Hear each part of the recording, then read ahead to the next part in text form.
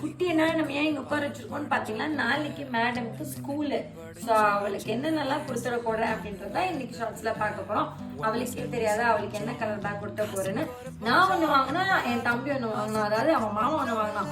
So அவளுக்கு பிடிச்சது இந்த கலர் எனக்கு தெரியும்.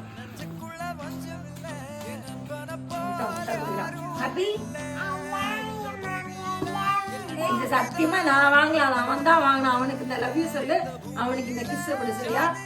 ஓகே, அடுத்து பாத்தீங்கன்னா அவளுக்கு லஞ்ச் பேக். இந்த லஞ்ச் பேக் பாத்தீங்கன்னா சேம் பிங்க் கலர் தான். ஓகே, இது பிங்க் கலர் தான். அவள் லஞ்ச் பாக்ஸும் பிங்க், அவளோட வாட்டர் கேனும் பிங்க் தான். ஹாப்பியா?